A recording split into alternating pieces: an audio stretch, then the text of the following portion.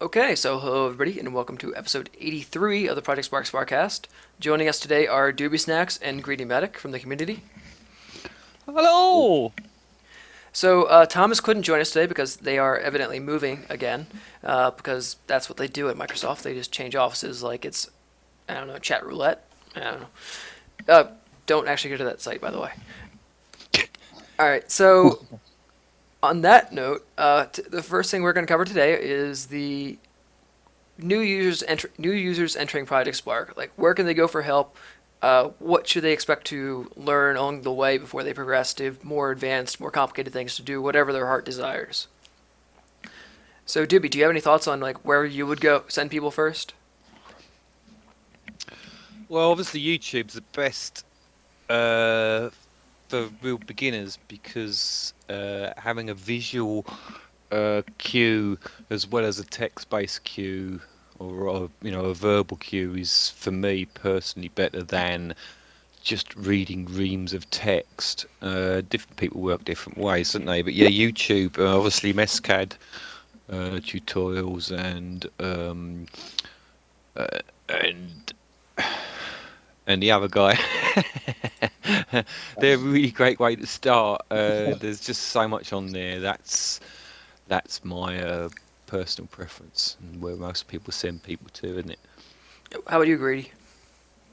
Yeah, exactly the same. Like I was saying to you, Mescad, you learn a lot from him. I think with Mescad's tutorials, sometimes you can get a little bit bored of them, but the information he gives you is just, I don't know, it's helped me a lot. Well, the good thing about Mescat tutorials is they tend to be under 10 minutes in length. Yeah, So exactly. Yeah. that's your attention span right there. Yep. Oh yeah, so It's Uh, like a, mentioning like a, mention in chat. Yeah, there are no cameras for Greedy Medic or Doobie because Skype. They both they're have not cameras, working. but just for whatever reason, Skype was saying no, not today. because yeah, who knows? But the other guy I think you were talking about was going to be Saris Tackley's, or his Yes, thank you. I believe his channel nickname is just Tackley's, but the full name is Saris Tackley's. Um, he has his tutorials broken down into like beginner, intermediate, and advanced. But the thing is, if you only want to do one of those things, I think you can get away with just whether it's advanced or intermediate doing it, even if you're just a beginner. Just that you won't know what it is that you're actually doing. I think Mhm. just because you're following I think the key advice I always give, and it's what I learned, was just because there's a tutorial that I don't know how to attach a sword to someone's back. You might go, well, I'm making a spaceship game. What use is that to me? But you learn code just because it's just it doesn't have to be a tutorial that you particularly want to follow, but you still learn from it. Coding experience, and you go, that's how you do that. And there's an awful lot of stuff that you pick up on the way that you don't actually need, but comes in handy in other ways. Yeah, because you will never find a tutorial to do exactly what it is you want to do. Unless what you want to Yeah, do is something that everybody else already wants to do and they've already made a video for it, which is really rare. But you have to learn the broad basics before you can actually go and do the whatever you want. You Mhm. learn each individual Lego piece before you can actually build the castle or whatever. absolutely. Yeah. But you won't actually see somebody make a video of how to build a castle. That's stretching the metaphor, but still. Yeah, no, exactly what you say though. Yeah, you pick up small pieces, and those small pieces turn into other small pieces, and eventually you've got this castle. You might not be actually be planning a castle with four turrets and two drawbridges, but it sort of evolves, and you go, oh, well, I'll use that little bit there and that little bit of information there, and all before you know it, you've got something pretty grand in front of you. Mhm. So, have Well, either well, of you guys looked at the Team Dakota tutorial series? I've watched a Yes, couple of them. they're so long. I've said it before. Well, Which ones? The new ones, the RPG ones, or the education streams? well, that's the thing of it, though. The tutorial series I tend to think of being the RPG tutorial and the 2D side scroller. And that's where I send people just because that's where they're going to pick up as many small pieces as they can just the first run through. Yeah, I haven't watched all of the longer ones, and the RPG one I did not watch because I saw how long they were, and they were in 2, 3 sections, and I'm quite lazy. I would prefer the short, quick tutorials for individual That's what it's on things. about. I'm sorry, what was that, The, Greedy? the RPG ones are only about 10 minutes long, aren't they? Yeah, some of them on that. Ones. Oh, really, are they? I haven't watched or wouldn't know. Well, the other thing is there's a lot of information in those education streams that they did, but those are even longer because those are like 1 hour chunks, and a lot of that is them just doing what we do here, which is chatting and joking around. And there's a lot of debugging in those as well. So that debugging can be beneficial, but it's also a lot of pausing between your actually anything educational happening. Yeah, of course that interrupts the flow, doesn't it? Obviously, if you watch a Mescad video of a 10-minute video, he doesn't really stumble over his words, and it's all planned beforehand, and that's quite a lot of work. It's one thing to just set up Twitch and press record, or press broadcast and just waffle away, which is what I could possibly do, but actually making a concise, to the point and informative quick tutorial is a lot of work. Oh, yeah. A lot of work. I mean, on the other hand, we basically crowdsourced learning Project Spark at the very beginning, where for those new users, they might actually not even know that this channel used to be like jam-packed with people, like 70 people at a time, and we'd all be watching each other create stuff and learning from each other all the time.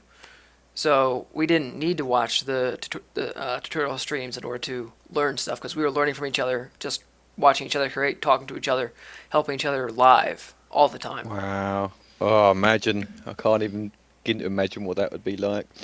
It was pretty awesome. I remember we even had time slots. Like Bob Schmacky and I had a 1 hour time slot once a week where we'd go through some advanced stuff. And he would show people how to do a grid-based movement system, and everybody would be just like, "Oh my God, my mind is blown. How is this possible?" So why didn't you post them on YouTube so we could watch them? Well, that's the thing. We didn't know what we were doing back in the day. We were just kind of like, "Hey, we learned how to do Twitch. This is helping us right now." Yep, that's helping us right now, and we didn't think about if there's anybody else that was ever going to be coming in. You can watch some recordings on this channel, actually, if you watched past broadcasts. And you'll see that they're really long. They're a lot like the Team to Code tutorial streams. Like, they're really long. Some people will last for 4 hours, because that's how long they were just streaming whatever they were doing. And there is some learning involved, but it's a lot of just watching somebody eat while they're looking at the screen, thinking about what they're doing. So even if we had recorded all of them, you probably wouldn't be watching any of them. Yeah. Yeah, definitely not. I mean, if you were naked, then I'd be tempted. Oh, okay. So moving on. Hey, look, it changed the topic. But you can actually watch a fairly good one. There actually are a few good tutorials on this channel that are saved. Like Bob Schmacky does a timing and logic stream, which is pretty good because it goes into why some timers don't work together, along with like single frame things like pressed. So you can't like have a when pressed and then have a countdown timer, unless you finagle it to have like after, etc. Yeah, of course. Yeah, but those are all like little things that new users going in don't know, that you can't mix oil and water. You can't mix a timer with a one frame instigated thing.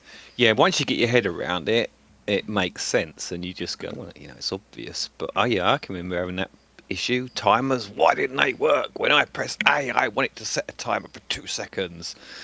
And then sort of people explain to me I have to use booleans, and it's like, oh, booleans, oh, they're too complicated. It's just on or it's off, you know. Now it's, you know, it just, we all know how easy it is, but at the beginning, all that stuff really confused me. Well, stuff like that's why people leave, because they just can't be bothered to learn stuff. That's very Yeah, true. Like, it isn't Project Spark's fault. It's idiots' fault that Yes. they leave. Yeah. It's like a lot of my friends that I've told about it, they've come on, they've played for about 2 minutes, they're like, oh, it's too hard, I'm not playing it. Yep.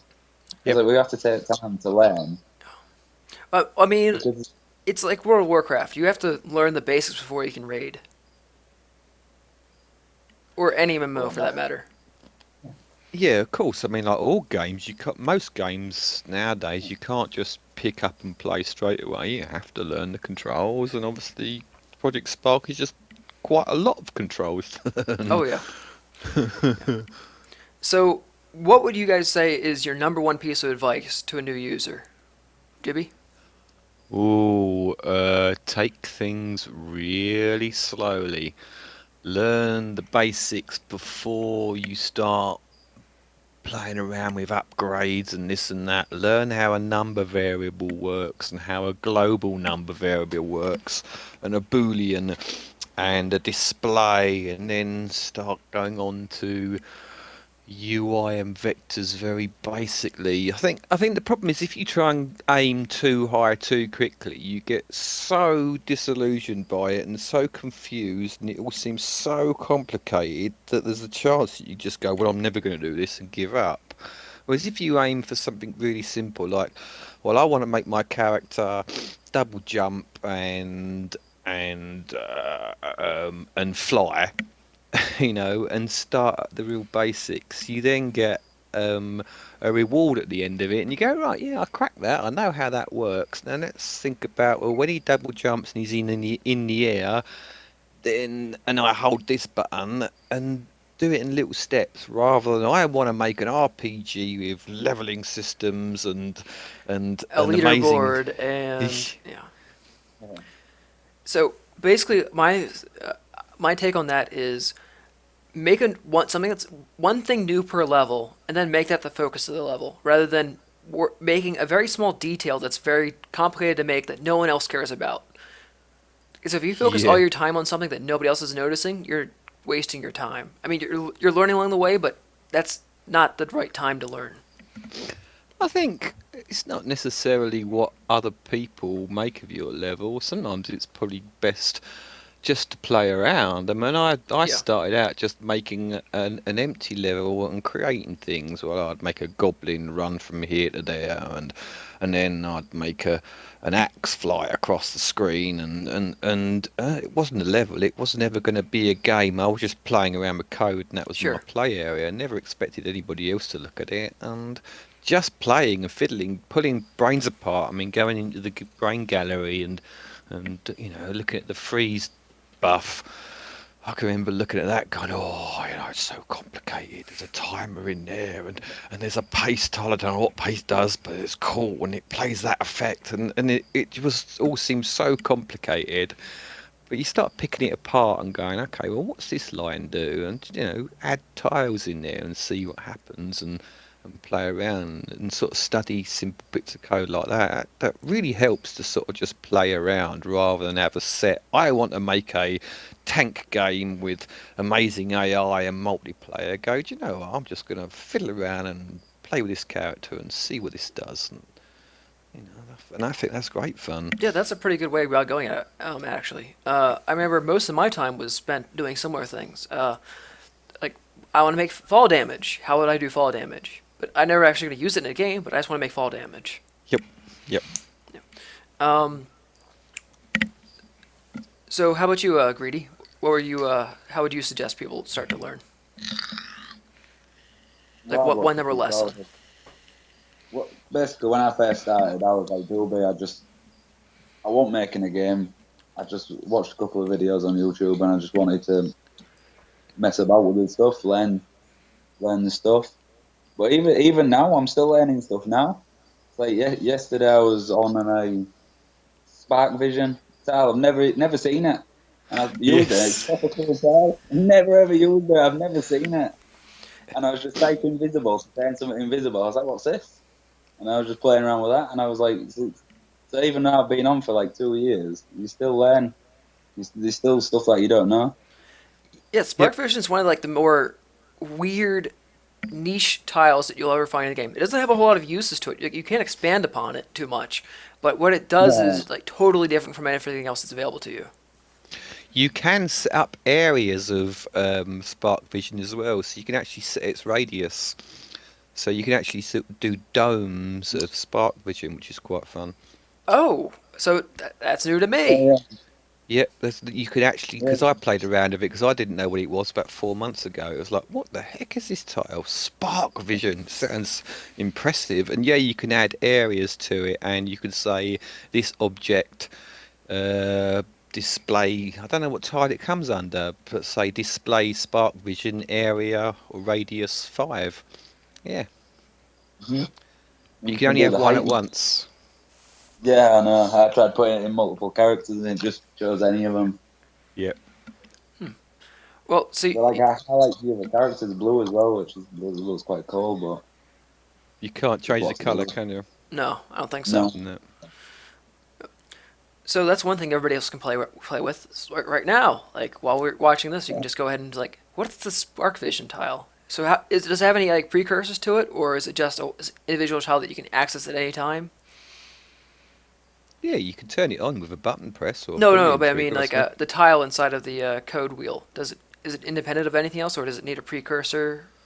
Nope. I can't remember. No, I just went on do.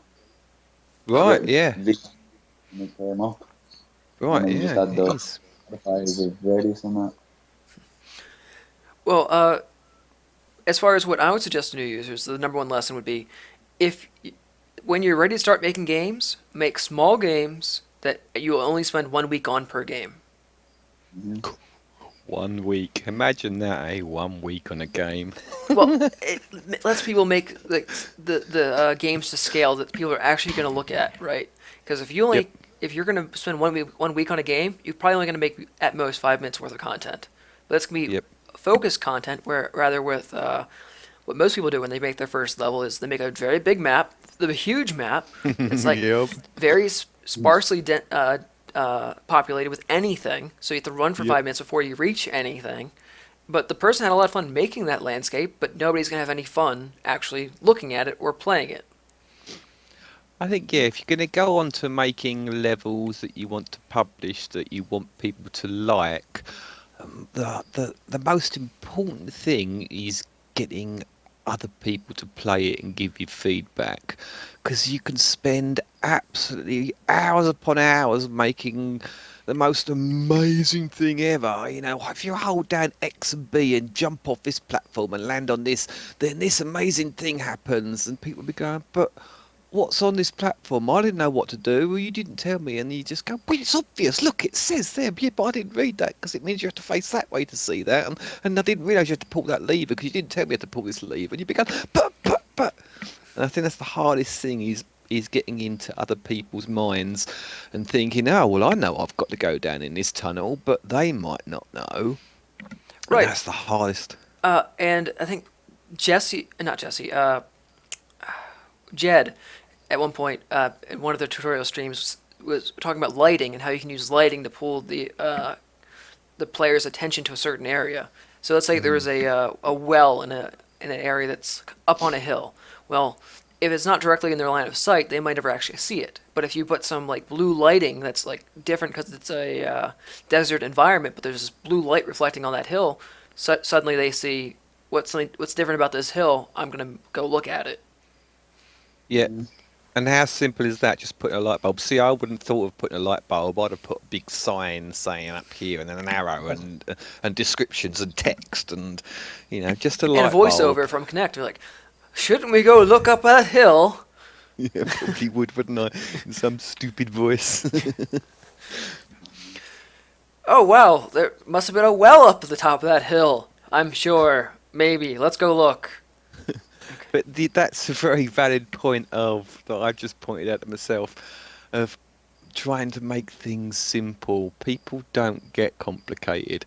Problem with Project Spark is if a game's too complicated, it doesn't grab you within the first 2 minutes. There's a million other games out there that are free, that are easy to download, so you quit. So you need to keep things as simple as possible. You can't sort of aim for AAA half-hour tutorials because the game's only going to be lasting half an hour at the very most. So it has to be quick, easy to understand, not reams of text, not reams of controls, and I think that's your best bet with But we're Project talking about Spark that for games. for new users making their new games. We're not talking about like Wart, Andrew, or yourself who have had a year or two Of and course. have been already in the Hall of Fame feed. This is for people who are making their first level and or first 10, first dozen, first 20 levels, and they're still learning like what makes a game fun. Why do people like playing my games or not like playing my games? And how can I progress as a creator? So, along those lines, what would you say is the general progression for what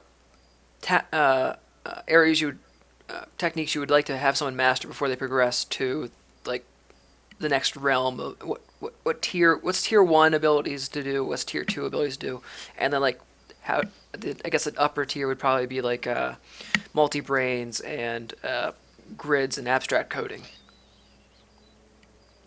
Did I make any sense there? Yep, No. I'm happy to butt in, but I keep butting in and letting Greedy just sit there listening to me waffling, so I thought I'd pause and let him get in there first. Any thoughts, Greedy? Or did I Well, totally confuse you? you confused me, but I'll have a go anyways. That works. I don't know. Twonk! Most people start with the art, don't they? Most people start with just messing about doing the art and stuff.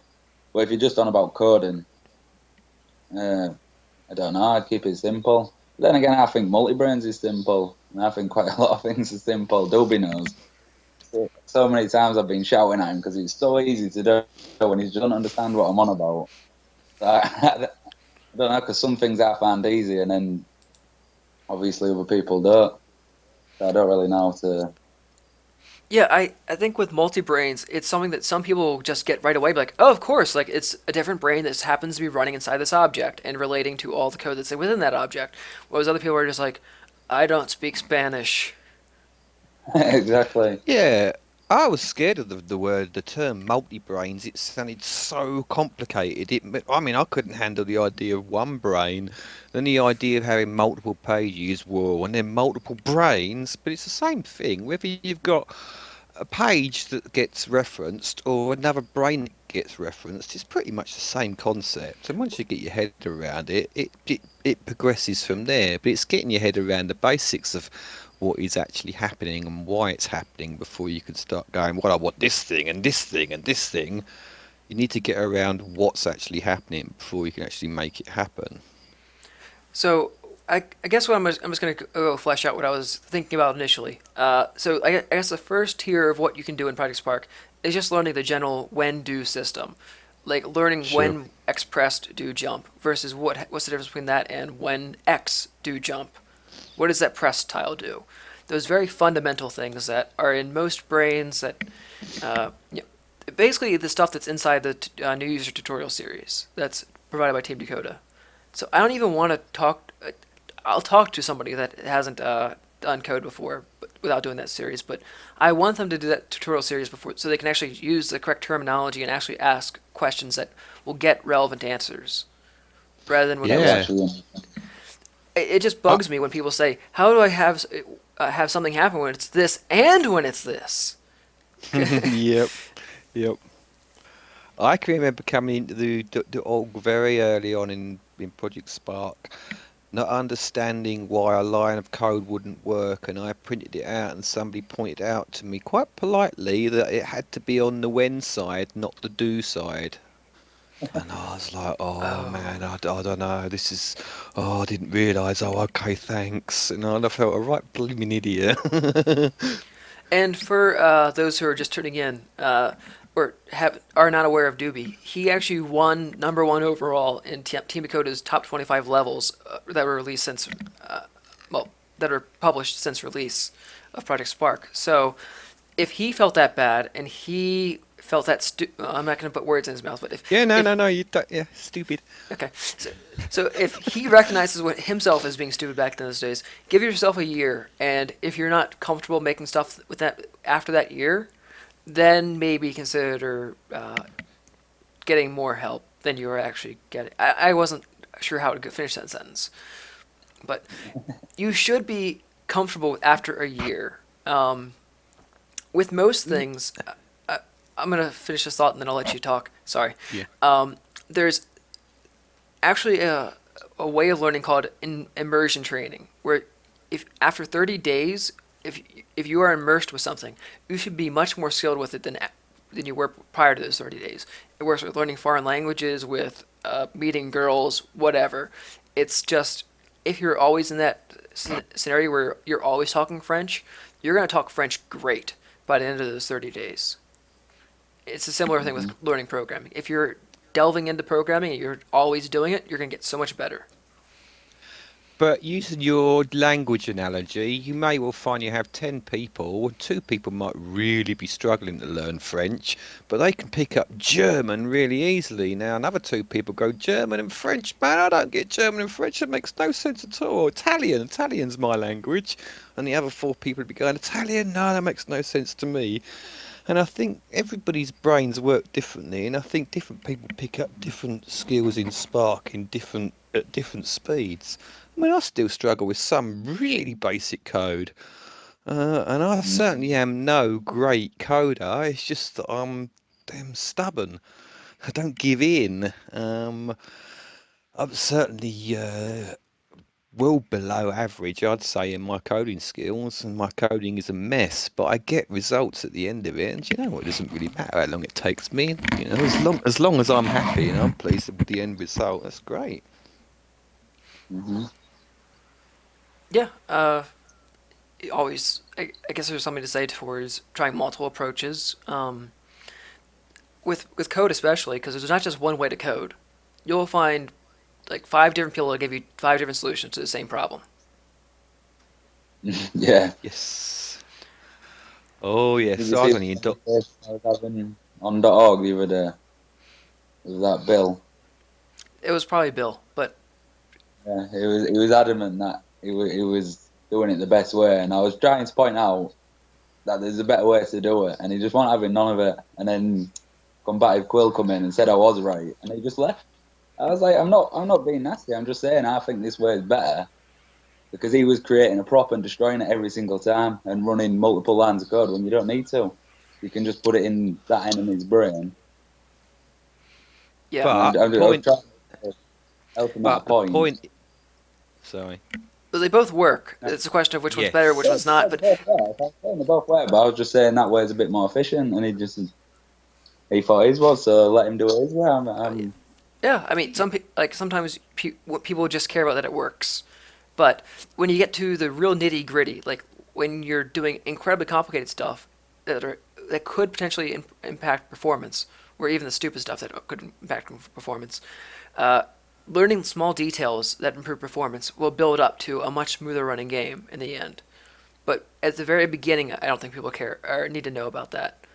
There are some basic lessons that are really important for new users, like don't spam a million goblins into the world at the same time.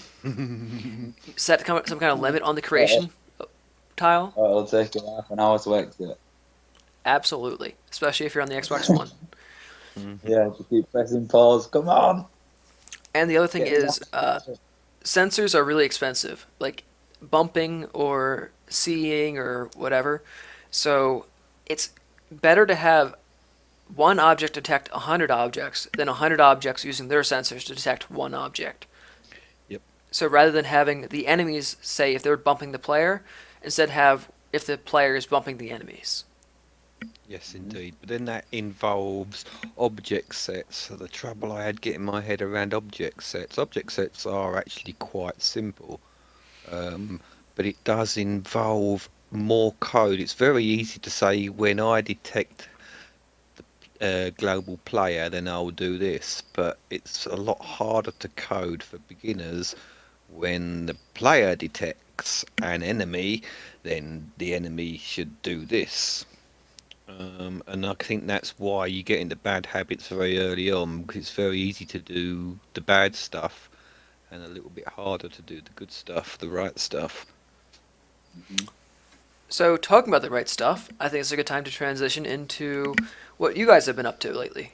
So, do you guys want to talk about what it is that you have been working on together? Yeah, I went to the shops last week. What a Oh, really that's all the nice time we have beef today. pie. Yeah, G-Force Racing. Go on, Medic. Take it away. Go on, talk. Your turn. What do you want me to say? Roll again. Well, it come about, didn't it, when I went on Twitch and was watching you just racing about doing that thing, and then you asked me to do a track. To be fair, racing games aren't even my sort of game. I don't No. really play racing games that much. And then you asked me to build a track. I wasn't really doing that at the time. I was just messing about with the Fezzy remixes and stuff. And I thought, yeah, make a track. Made the track. You said, "Oh, do you want to do full collaboration?" I thought, well, I've never really done never really collaborated with anyone. I mean, I helped on Kevin Haynes' Game Jam entry, but that was just some UI work. That was a pretty good level. Yeah, it was a great level. Because I was telling Doobie as well, I don't really play that much other people's games. And I just thought I'd seek out the competition since I was going in it. And I thought his level was awesome, but his UI was terrible. So I messaged him and I said, please just let me do your UI. And it helped. I mean, his level finished really well, and I think the UI was a big part of that, so good job. Yeah, it was good. I enjoyed it. I said, it's a real good level. What level was this? That was, God, what was it? Mount Osiris or something like Temple of Osiris or something? that. Something like that. It's a real good level, we'll carry on with the name. Abonimus Osiris? Let's see, I have the Game Jam scoring sheet somewhere. Alright, Doogie, do you want to go ahead and introduce like your level, like how you started creating it and such? Yeah, well, I was sort of trying to develop flight mechanics forever on Spark, and I've sort of my flying skills developed quite a bit for doing the Game Jam, and the Game Jam finished, and it was like, that's it, I need a break from Spark. Saw Elite Dangerous was on the Xbox. It's like, oh, I know that's space flying and stuff like that. So I paid 40 quid for my Elite Dangerous. Within a day, I'm thinking, oh, this would be quite good to do this in Spark. Within 5 days, I was out of Dangerous, Elite Dangerous, back on Spark, trying to emulate Elite controls in Project Spark, with the idea of making a space shooter. And I was going to do AI and, spaceships flying around, and I was going to do all sorts of fancy weapons. And I realised quite early on in that I've kind of done all that already. I've done the helicopters, I've done all the flying ships, I've done the shooting and all the weapons. And I thought, I'm going to do a racer. And it kind of just came to me. I mean, I hate racers. I've never enjoyed a racing game. Don't like them. I am useless at them. I'm terrible. But I realise there's a million shooters out on Project Spark and some really good shooters. But there's very, very, very few proper racers. So there's off-road racing, there's X-Zero, Yep. I think there might be some other F-Zero, ones, but I can't remember. I can't remember any Yep. other ones off the top of my head. And something rally. Rascal Racing. Yep. There's a few, yeah. But I kind of wanted to go one step better than. Is it X-Zero or F-Zero? X. So F-Zero is the Nintendo Yes, game, the whereas real- X-Zero right. is the Spark game. Yes. I wanted to go one better than that, and then it came to me of a flight sim racer, because I can't think of ever seeing a game anywhere on any console PC that is a flight racer.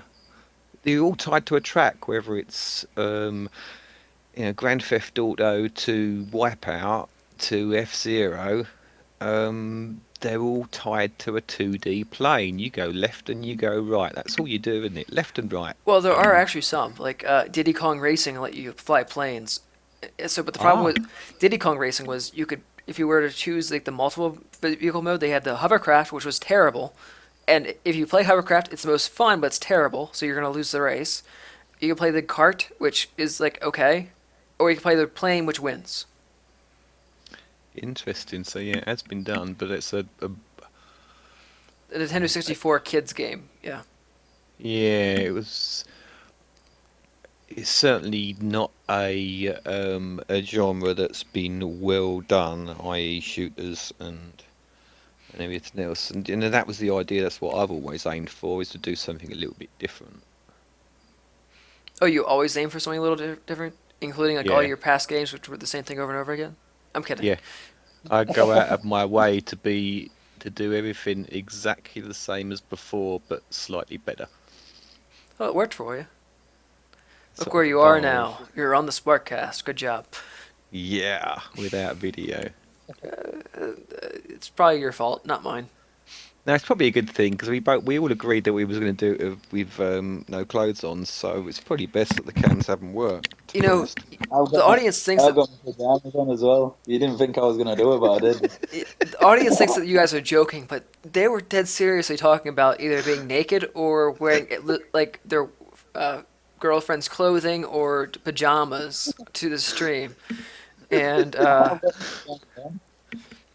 I didn't want to like bet them that they wouldn't or anything like that because they definitely would. I tell you, it's freezing in here. I think I'm going to I'm just going to go and get a jumper on. Oh, that's fantastic. Okay, so back to Project Spark. Oh, You guys are just like Thomas, I swear. Take any chance you get to go off topic. All right. So, how far along are you guys? Are you guys finished, or are you guys just published and getting feedback and then working on it some more? What's the deal? Yeah, still Nah, it working on it, depends. it would seem. Yeah, we still work on it, but we said to expand it. We've got certain goals that we want to see from it, but I don't know. But we was talking earlier, and we was thinking about asking Thomas if for one of these Thursday streams, if we publish the ship and everything you need, and ask them to remix that empty level and make a track, and then at the end of it, if he picks a winner or the chat picks a winner, then we'll put it in. Which I think is a brilliant idea. It wasn't my idea at all. I think it's a brilliant idea. So it must have been my idea, right? Yeah, No, there's no doubt. no, I said it was a brilliant idea. That's why I thought it was mine. No, I said it was a brilliant idea. All right, fine. Let's move on. We're at an impasse. Do you not agree then? Would it not be a great idea to get the community to use our controls, all the logic to create a track? So this is actually an interesting topic as far as the community goes, because Thomas had just got in here, and and people haven't seen in the forums yet. He posted that they are going to be postponing the Thursday streams indefinitely, I believe was the terminology, just to one, he hasn't set up the new stream room, and two, the past few weeks have been less and less participation. But somebody else in chat mentioned that it might be a good idea to do those monthly, so that there's 1 month for any given remix, for people to have more time to work on it and stuff like that. Yeah, I think the problem was, I mean, I was in the midst of doing this, so I didn't want to get involved in that, but it was week in, week out, and I think it was just too much too soon in a very, very short time frame. Right. I think it could have worked a lot better back in the day when there was a lot more people, so the same people wouldn't need to keep doing it every week. Like, you could take a couple weeks off and it wouldn't be a Yeah. big deal. Whereas now it's, if the people who always do it took a week off, whether it be Ravenfather, aka Eddie, or myself, or Lucid Stew, or Beefcake Pie, if these people took a week off, then there was much fewer. Kevin Hearn was also a pretty frequent creator. Trying to remember any other frequent ones so that I don't miss them. Greedy, did you participate very often? I think I did 3, maybe 3. Yeah. Well, I did 3, but one of them was 9, so it don't really count, does it? Right. Well, that was focused, so that was fine. You took into account the remixes that people made, then you put them to the original one, right? Mm-hmm. All right. So with that in mind, I do think if we were to switch to a monthly thing, then people had 1 month to work on their track, that'd be plenty of time to make something that was really fleshed out and polished. If they want to go down that route. But a track takes about 5 hours to do with all the stuff. 5 hours? Yeah. Well, you just got to carve the terrain, haven't you? Carve the terrain and bung a few props, a few signs in, and that's it. You're done. No. You need also like 5,000 light bulbs. Oh, Yeah. Oh, but I think our tracks was all made in about 3 days, just before release. Well, I guess the thing is people could make multiple tracks. Like they wouldn't be able to just have to make one. Mm-hmm. Then you could have an entire hour of him playing through all the tracks, like 1 lap each. Crikey. I think more to the point is how do we get more people interested in... There's plenty of people playing Spark, but there's not many people using the forums. Well, certainly... I guess there's 2 things that they have access to. One is the hub world, and 2 is the ticker at the bottom of the screen, as well as I guess the third is the feed, the featured feed. Mm-hmm. So if he features it and the name of the level is Remix Me. Yeah. Yes, that would be a good way of doing it. It's featuring it. That's a brilliant idea. You might get a bunch of like 0% remixes of them just literally remixing it and re-uploading it, but I'm sure he'd have fun deleting all those 0% remixes. Yeah. Yeah, it's a very good point. There's plenty of people that don't come on .com. With good reason, because you have some people on there that aren't worth being around. But No, let's go back to buying pies, shall we? oh yeah, buying pie. So oh man, I almost made a joke related to Better Call Saul, but that would be inappropriate to this channel. Did you guys watch that show? No, was you just about to give a spoiler? Yeah, I was about to give a spoiler. Except it actually wasn't actually a spoiler. It was just a minor plot device that was pretty funny. They made up a term for a new thing that didn't exist. Anyway, it involved pies. But moving on from this tangent that I blame Doobie for. So, how many tracks have you guys worked on so far? What we've got? 5. 5, yeah. 5 in the tutorial. So what made you arrive at 5? Was that just like what you finished before you guys were like, that's it? Or do you have some kind of difficulty scaling to them or just wanted some variety? Yeah, they're all different. They all have their own uniqueness, don't they? Medics is, I find, extremely hard, but they all require different techniques, which is what I like. Yeah. Some of them require you to use the secondary stick strafing and height altering, whereas others require you to use pitch a little bit more, and others require good boost skill, and they're all different, which is what I really like. Okay, good deal. So, do you guys have any other final thoughts on your level before we move on? That it's great. It is great. Yes. One quick thought of me, and I know I keep taking over the chat. Sorry. Please. Is that I am very aware that a lot of people are struggling with the controls. It's very complicated to do a third control scheme, but I am seriously considering doing a third control scheme where you only use one stick. So what, like X and Y go up and down and the other stick does the other stuff?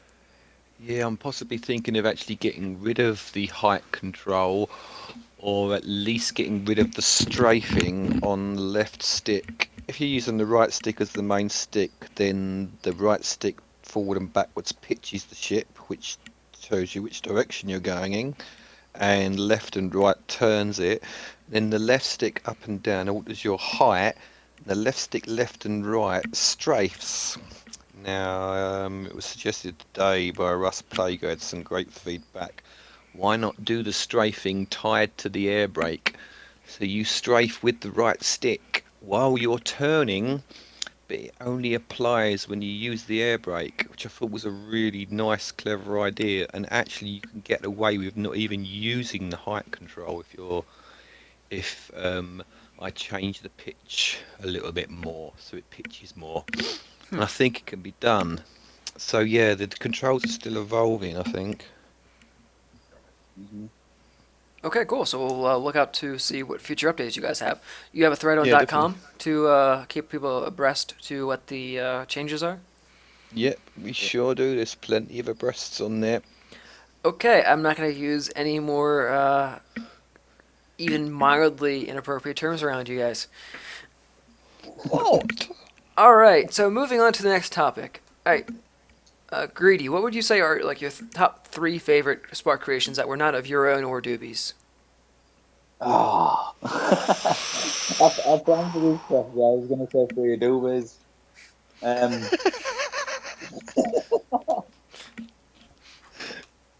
Putting you on the Give you spot. that, yeah, I'll give you that tenner later. I've already played games. I've played a couple, obviously. Like, I played that Red. I thought that was good. Which one? Obviously, Red. At first, when you was talking about it in .org, I couldn't remember what it was. And then you fingered.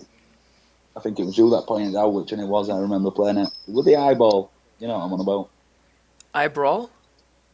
No, the one with the eyeball, red in it, something like Isn't that. that by a lost cause? A Redfall? Yeah, Redfall, That one. yeah. Yeah. Ah. That one. I don't know. See what I mean? I don't really play games that much. Usually when I get on, I'm just like, oh, I just want to make something. Oh. But I played a couple of game jam entries. I won't really say I have a favourite though. Okay, that's fair enough. How about you, Dibby? Have you played very many games at all? I don't actually play that many. I sort of feel guilty at times that I spend an awful lot of time in edit mode and create mode and not give people the deserved feedback. You know, when you release a level yourself, I'm going on a tangent here, aren't I? But you know, when you release a level, you want everybody to play your level and everybody to give you great feedback, and you want everyone to tell you how great it is. But if you don't sort of do that in the first place, and if everybody just is intent on creating and not playing, then the whole point of creating becomes dead. But yeah, I don't play enough. But going back to the point, my 3 favourite games. I think of all time, the most impressive Project Spark game I've ever played happens to be Orbit 32. Resilience. Because there's 2 different Orbit 32s. There was the original one, which was a first-person game, and then there was a second one, which was the game jam entry, which was third-person. Word Andrews, yeah. I've Yeah. not even played the other version. I just felt it was the most polished game and the longest game that I'd ever played, with so many neat ideas. You can argue it wasn't particularly original. It's probably been done a million times, but for Project Spark, I thought it was very original and very polished. My second favourite was a game. Is Red side-scrolling It is. power-up game, and he starts off as one person, then he progresses and evolves into someone that's got better weapons. Correct. Goes from left to right. Yes, that is one of my all-time favourite games as well. Very hard. Incredibly hard. And I can remember Lost Cause making a post about 4 months after I started playing Spark, saying, "Oh, I've made a few edits on this. This is an old game," and you know I hadn't heard of it, hadn't played it, and I played it, and I really said, "Please, dude, make it easier. It's such a good game. It's so good, but it needs to be twice as easy." Right, because the problem was that it was more of a pattern memorization game, and you were going to fail the first time no matter what you did until you learned what the pattern was. Yes. So Yes, there was no chance to it. You had to know what you were doing. But yeah, and the third one, third. Oh, I can't think of a third game that really impressed me in Project Spark. Invasion 2. I was never a big fan. I was impressed with the the technical side of it, impressed with all the little touches, all the little tiny details, but the actual game itself, gameplay, for me, failed badly. I didn't think the actual game was fun. I just enjoyed it for its technical ability and It could have how, used some more variation in the gameplay. yeah. I And mean, so, the second level with the asteroids was like totally different from all the other levels in the game. And then the rest of the levels were pretty similar to each other, generally. yeah, I never really got it. I never really got that game. I really enjoyed Infected. I thought visually it was not impressive, but gameplay-wise, and let's face it, that is the most important thing. Gameplay-wise, it was very, very good. And there's actually a few levels that might be coming out in the near future that you could look forward to enjoying and putting that on that list. We're still waiting on Spawn 9's, the guy who made Aetern Deus. Yep. We're still waiting on his Conquer Remastered, which he's been working Yeah. on since Conquer was supposed to. We thought it was going to come out with Conquer, but he's still working on it. Vector Shadow, which was had a demo released way back like in beta that was also hopefully going to be done by the time the game jam wrapped up a month or two ago. We haven't seen that yet. And of course, I think you've seen Infrared's new first-person shooter. Yes, I'm quite looking forward to that. Yeah. For those who don't know, you can actually check. I think on his channel, you can still watch recordings of his playthroughs and his examples, like him showing off the mechanics to people, and it's really impressive. So looking forward to that as well. If he doesn't release that soon, I'm going to be mad at him. Yeah, he's taken quite a long time to do it, isn't he? He's a stickler for detail like myself. And Nightmare UK's not Scratch and Sniff. I can't think what it's called. It's something like Scratch and Sniff. That looks very interesting as well. I can't recall. It hasn't been released yet? No, he released a couple of videos of gameplay. It's on the forums? Yep, and screenshots. Nobody replied, nobody left any comments, and it kind of got swallowed up by everything else. But it looks very, very good. Let's see. I'm looking through the .com forums now. I bumped the thread for, but Yes. yeah, it looks really cool. Scratch and Snaff. Snaff, yeah. Close enough. Yeah, that looks great. All right, so do you guys have any final thoughts before we wrap this stream up? Doobie? Final thoughts in general or Project Spark related? Anything as long as it's clean. No, then no. That's why I had to ask. All right, how about you, Greedy? Any final thoughts? Words of wisdom? My wisdom is I should have gone to bed earlier. I'm up in 4 hours for work. Oh, so we're going to wrap this up even sooner then. All right, so thank you guys, everybody, for watching. I believe that Thomas will be back next week. It shouldn't take a week for him to set up the stream channel. So with that said, thank you all, both of you guys for joining us, and thanks everybody for watching, and we will see you guys next week. Have a good one. Yes, cheers. Right.